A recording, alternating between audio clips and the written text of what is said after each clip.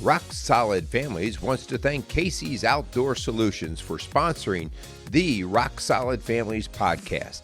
Casey's has grown to be one of the largest and most unique garden centers and gift shops in the Cincinnati tri-state area.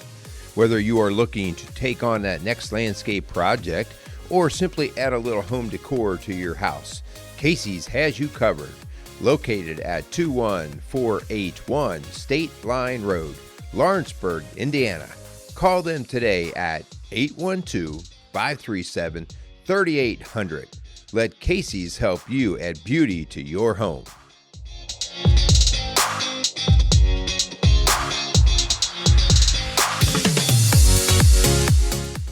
Welcome to the Rock Solid Families podcast. I am Linda Hutchinson, the executive director of the Rock Solid Families Group, and I am here with my Summer of Love partner, Merrill. Hello, honey. I haven't changed titles. I stuck with the same title. And hello, how are you? Good, and we are in part three of our Summer of Love series. So if you're just catching this and you have not had a chance to listen to our first two podcasts on this series, we really highly recommend you go back and check it out. Yeah, so this is our third part, but we're covering the second topic. So if you remember the first part, we did the assessment. And so I just want to bring that up for a second, that the assessment, it's not an official scientific diagnostic assessment. It is something that we use to give us a nice little thumbnail sketch of just what direction a couple might be going. And so it's really handy for you and your spouse to just sit down and go, hey,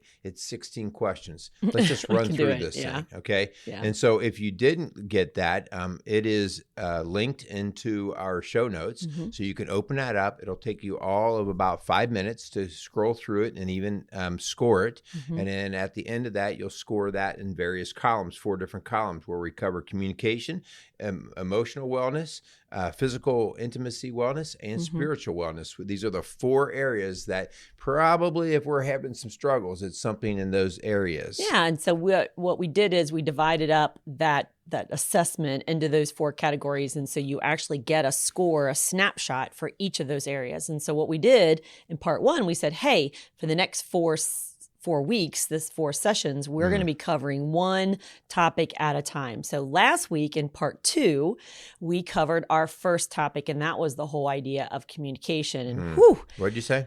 What? You didn't say that. Well, hang on. Besides having a hearing issue, it is something that we really have to be intentional about. I talked to a client the other day, and he said, I think you could benefit from some hearing aids.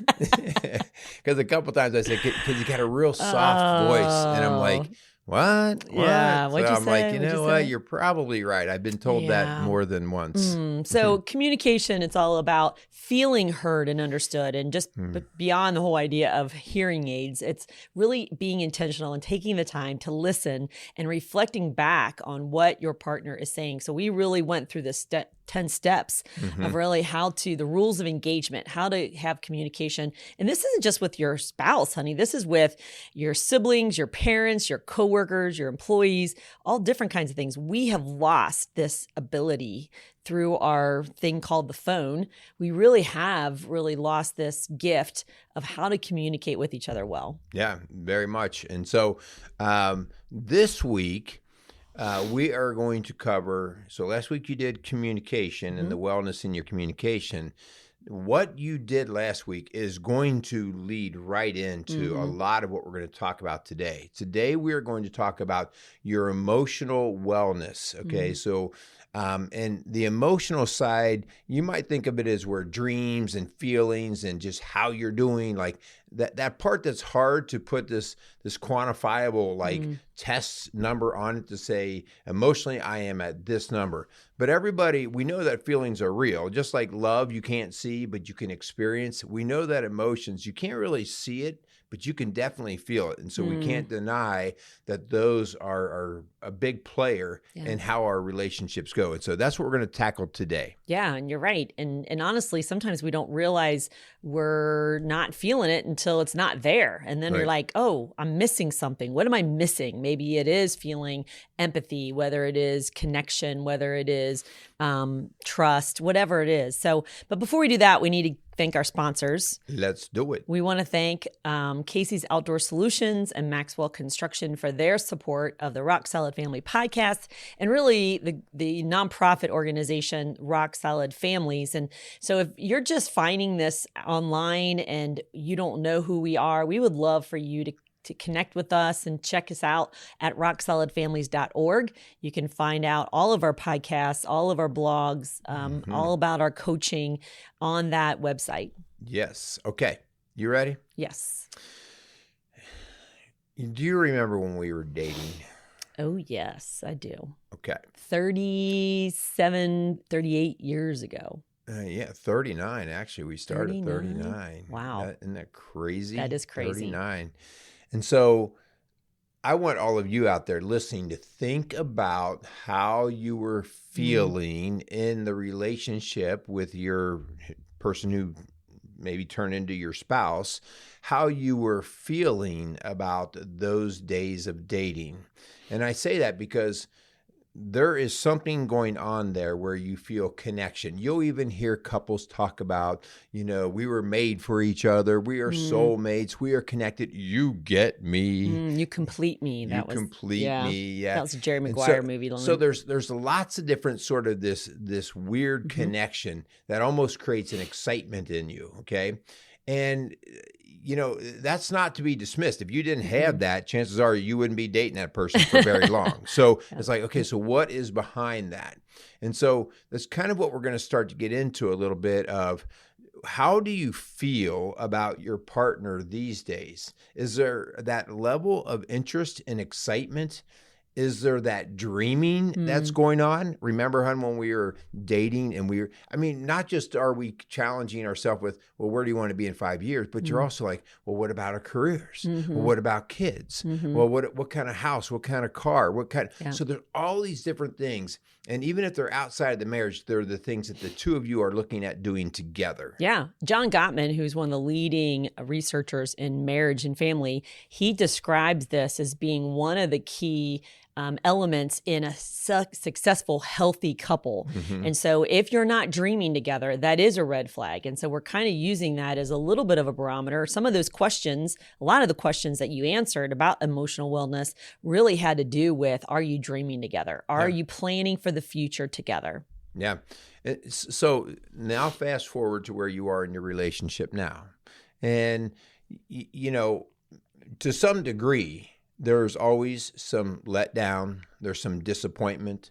There's some different thoughts of, well, it didn't quite turn out like I thought it was going to. Whether you didn't make the money, or you didn't have the career, or your kids are different than you thought they'd be, or whatever. Like there's challenges that come up that you look at your dream and you go, well, that didn't quite work out the way I thought it was going to. And sometimes it's because we have very unrealistic expectations, hon, and we really set our partner up, we set our family up for failure when we put them on a pedestal, when we expect them to complete us, as we said before, and to give us something that really God is the one that's intended to give us, not our partner. Yeah.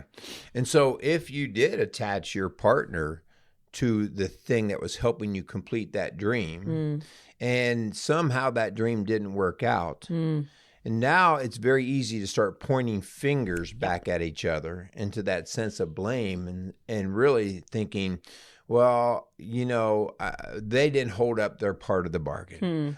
She's no longer, we're not having sex like we used to. And so, something's gone wrong there. He's not as trustworthy as I thought he would be. He's been in and out of jobs. She complains a lot. And so you have all these things that start the finger pointing of who's breaking the dreams. Okay. And that's the thing we have to stop on for just a second. All right. Because at that point, we start to say, well, I'm not going to dream with that person anymore. I'm not going to dream about being sexually intimate with my wife anymore because it never happens. And again, and I'm not blaming a wife or a husband or anything, but then you can see doors can open then to other things, hey, this other lady, she's talking to me awfully nice. Okay. Yeah.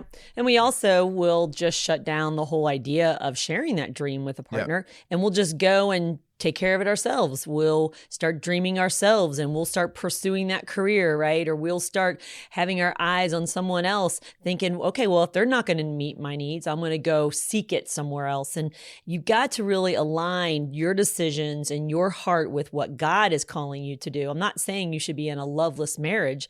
I'm saying that let's go about pursuing those dreams and seeking out that connection with your partner the right, healthy way. Yeah. And if we don't, some of you might listening, because we hear this all the time or two in our work, is we kind of feel like we're just coexisting, that we're friends living in the same house. Roommates. Yeah, we're roommates. And so you're going to hear those kind of phrases. You may have had a level of thinking of that just in your own relationship, in your marriage.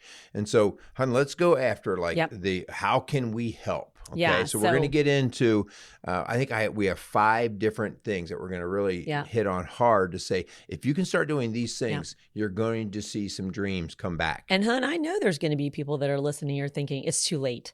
The fire's already out. And so we're just saying, don't count this out. Let's put another log on the fire and see if we can't rekindle, blow on that fire to see if we can rekindle. Get the gasoline out, dude. Come on, quit messing You tried around. That. That didn't work out so well. Hey, everything caught on fire. Yeah, we highly would not recommend that as you walked away and lighted that. It went vroom right up the back of you. But anyway, that's way over that subject. But, it's not too late to revitalize the dream. Number 1 is to ask, how is your partner doing? To really assess and evaluate, how is your partner doing? We go back to that communication last week. That was number 1 in our communication steps, was that heart check, right, hon? The daily heart check. Because some of you have just allowed your relationship to die on the vine. I mean, when you say, hon, how are they doing? I mean, we're really talking about being intentional about that question and then doing something really active with it. We could say, I know how they're doing, but little opportunities that we miss all the time when we notice that our partner is a little bit extra tired more than normal. They're crabby. They're quiet. Like these are things that left unchecked can lead to drifting away. And so through the communication that Linda's just talking about, we're going to start digging in on, how are you doing? Remember, we talked about let's just talk about what you're doing so we can get the conversation going. But we're going to sift through that, and we're going to start paying attention to how our partner is doing. Yeah. If you listened to last week's show, we talked about how it takes about 7 or 8 minutes to get past surface talk, to really get into the heart check. And so our son, hon, he's a teenage boy. Okay. So they don't give you a whole lot to start with. No, they and don't. we just picked him up from camp. And so he's extra tired, right? And so we're sitting there, and he's usually just gabbing a mile a minute, and he doesn't have a whole lot to say. And you were just pounding on him. Well, what'd you do here? Well, what happened here? Okay, What's going on? So I was doing this heart check. I just wanted to make sure that it's not something other than he's exhausted. And I asked him, like, are you sure you're okay?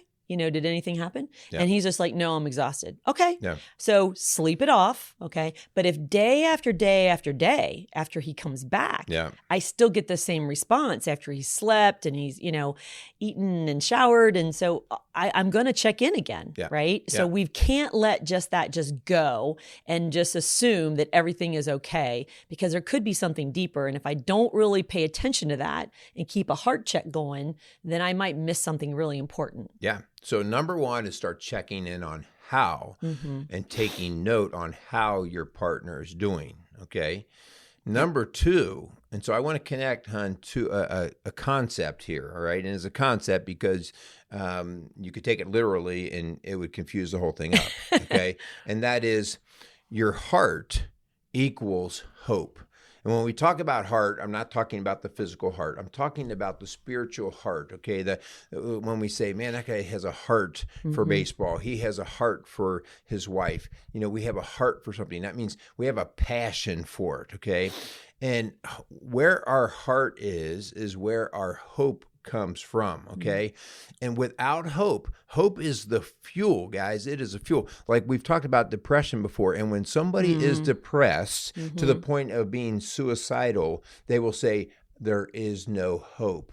And so, we have to scratch the surface and we have to find, well, where are they getting hope? In other words, where can we start to prick the heart to find out where a little bit of passion is? Okay. And so that's why knowing how my partner is, I'm basically holding their heart and I'm going, what makes them tick? Yeah. Right. And if I miss that, I'm missing the chance to feed the hope. So I just want to kind of stop right now, because if you would call yourself an avoider or a stuffer, and you really don't like to talk about your feelings, or your partner doesn't know how you really are doing, your heart-wise, your heart's going to die and get sick. And your partner is not going to pick up on that unless they're really intuitive, unless they really stay on it. But the avoider runs. Like, you ask how you're doing, and like, I'm fine. And they're running into their room, so you won't ask a second question. And so we really have to be aware, if you're that avoider or your partner is that avoider, you're going to have to really call out that avoidance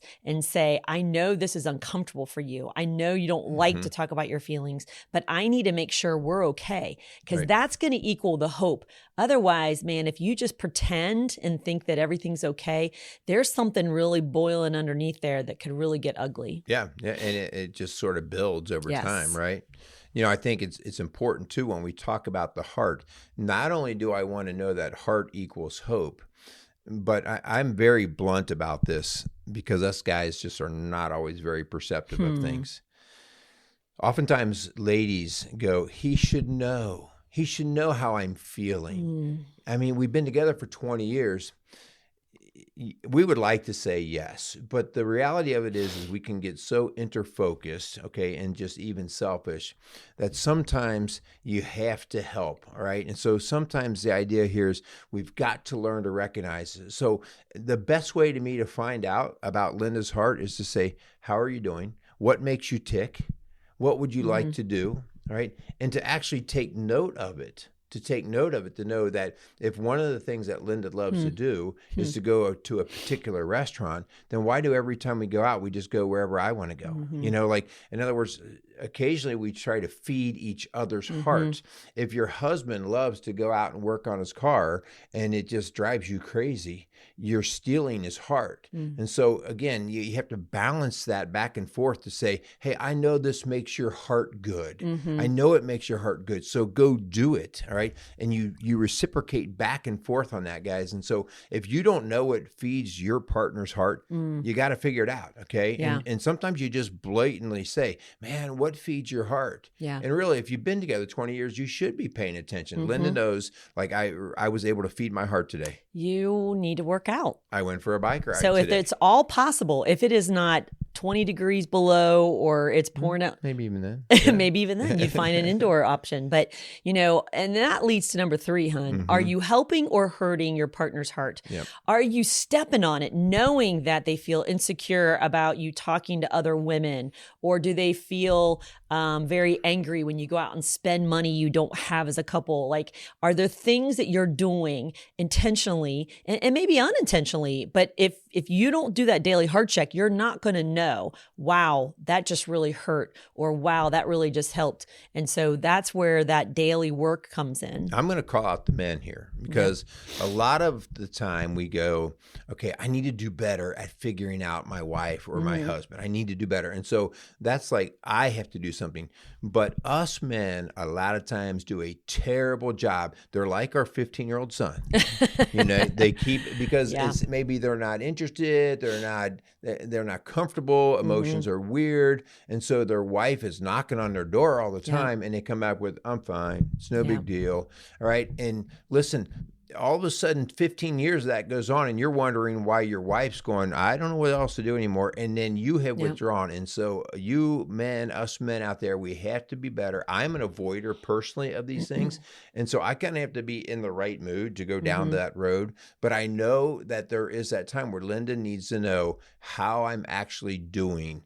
Okay. And so stop playing Mr. Martyr or Mr. Tough Guy and come out and say, today just kind of really sucked. And this is what's going on with me. And I'm just kind of struggling. Hey, she's going, oh, okay, good. Like now I at least know. Right.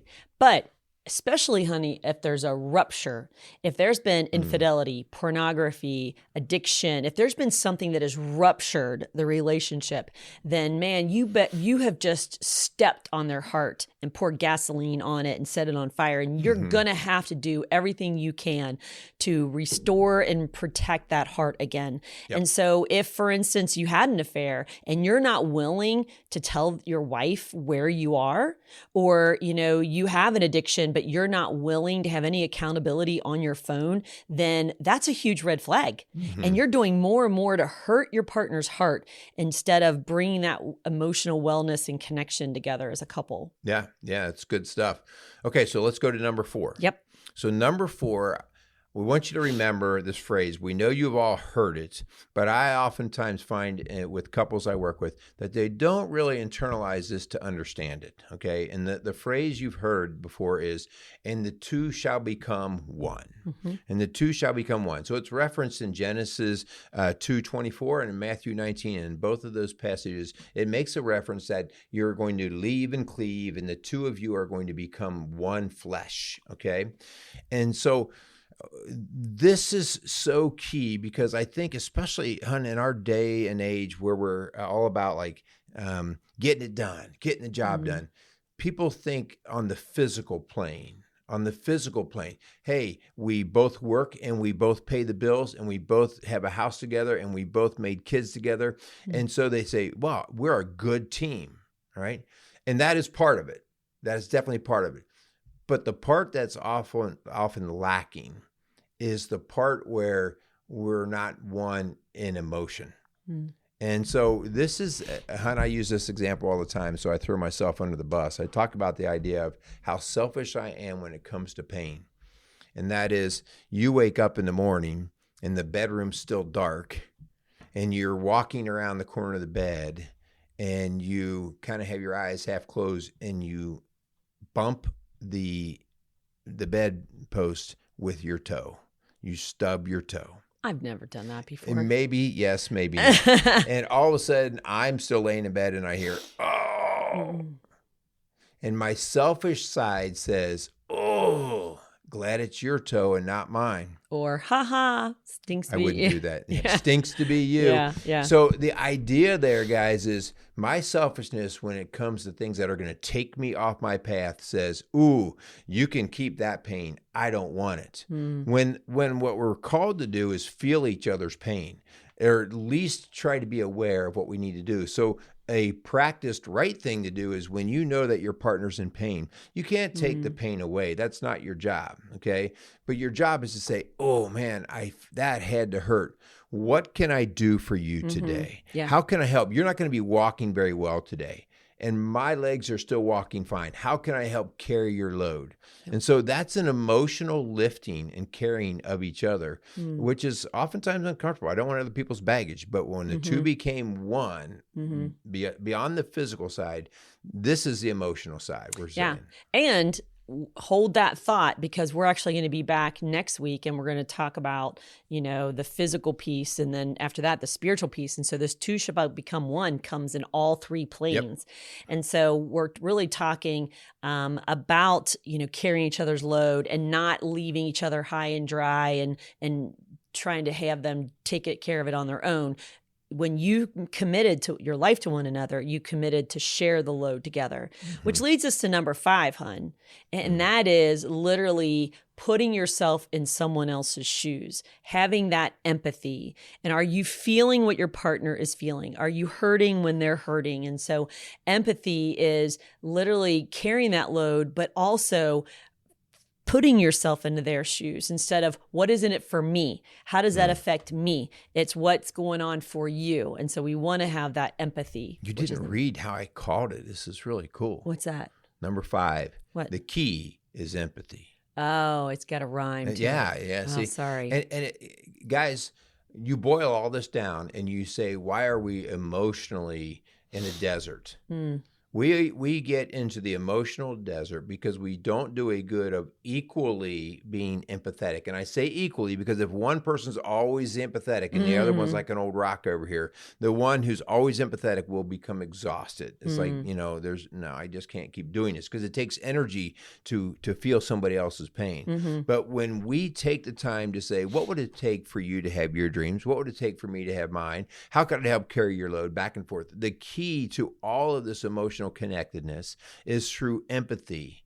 All right. And that is exactly what we're talking about. Taking the time to see stuff through your spouse's eyes and just saying, what makes you click? And if we can do that in a good balance back and forth, we know each other is going to cover the other's back. Kind of reminds me of Ephesians 5 where Paul says, submit to one another out of reverence for Christ. And so, I want to do this. This is my dream, but this is your dream. Maybe your dream is to go back to school. So I want to go be a professional cyclist, but I want to make sure you get your dream. And as me, I would say, I want to make sure you get so submit to one another out of reverence for Christ. And so we really are putting our spouse above our own needs and thinking about, okay, how can we work together as a team to really feed one another, right? To care for one another. And that's the emotional wellness and connection that we want for you as a couple. This world is dark, hun. And there's a lot of evil and hopelessness out in the world, but we don't have to experience that when we have each other and when we know Christ. And when we bring that together in oneness, wow, that is beautiful stuff that helps us fight against those spiritual battles. Yeah, well, empathy is the cure for all selfishness. When we can do to others as we would have one do to me. That sounds very biblical. Well, I wonder how that comes to be, right? It starts to make sense. And so, guys, here's the bottom line, okay? As you come through this and you saw that maybe you guys struggled a little bit on the emotional side, is all you really have to do is both of you start having a willingness to start looking through each other's eyes. Don't dismiss it, even if it's like, well, I don't understand why they like to do that. Listen, God wired us all differently. What we have to do is support their wiring. And if we both do that relatively equally, all right, you're both are going to hold each other up a whole lot better. Yeah. I'm going to say what we said last week about unforgiveness and trauma. If you're holding on to unforgiveness or you're unable to really speak that truth and love to your partner because of this wall, maybe you guys have been in a cold war for weeks or months, please get outside help. Don't just kick the can down the road for another year or two. Or we've seen people married 20, 30, 40, 50 years, and they'll come in and say they've been miserable the whole time. And I'm like, that is so sad. Yeah. It's so sad. And maybe for you that there is some unhealed trauma for you individually that goes all the way back before you even met your spouse or your partner.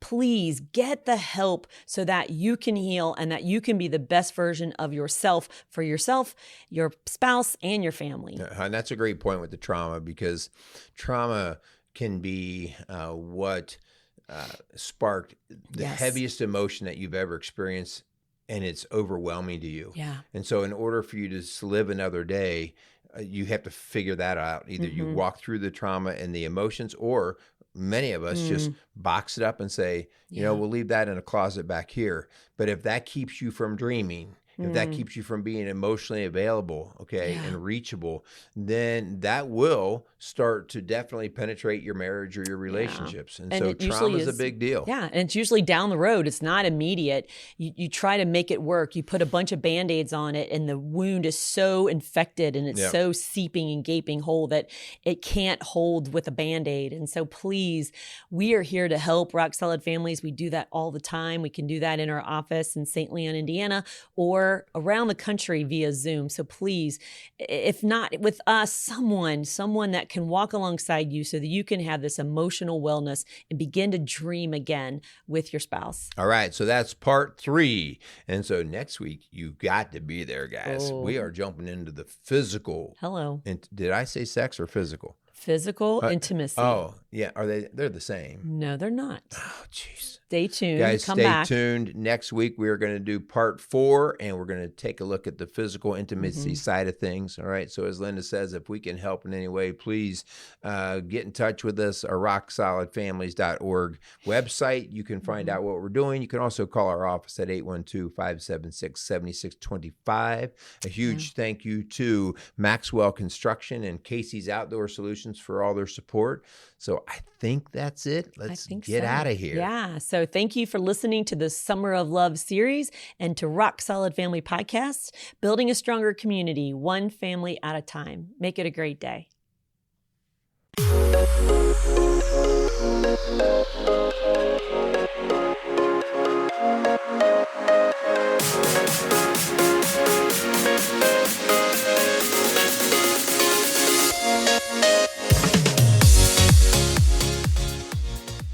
Rock Solid Families wants to thank Maxwell Construction for sponsoring the Rock Solid Families podcast. For over 30 years, Maxwell Construction has been a leader in turning dreams into realities, building schools, banks, restaurants, and many other commercial and public facilities. Maxwell Construction has made it their priority to not just build buildings, but to build into their community. So if you have any construction needs, call them at 812-537-2200.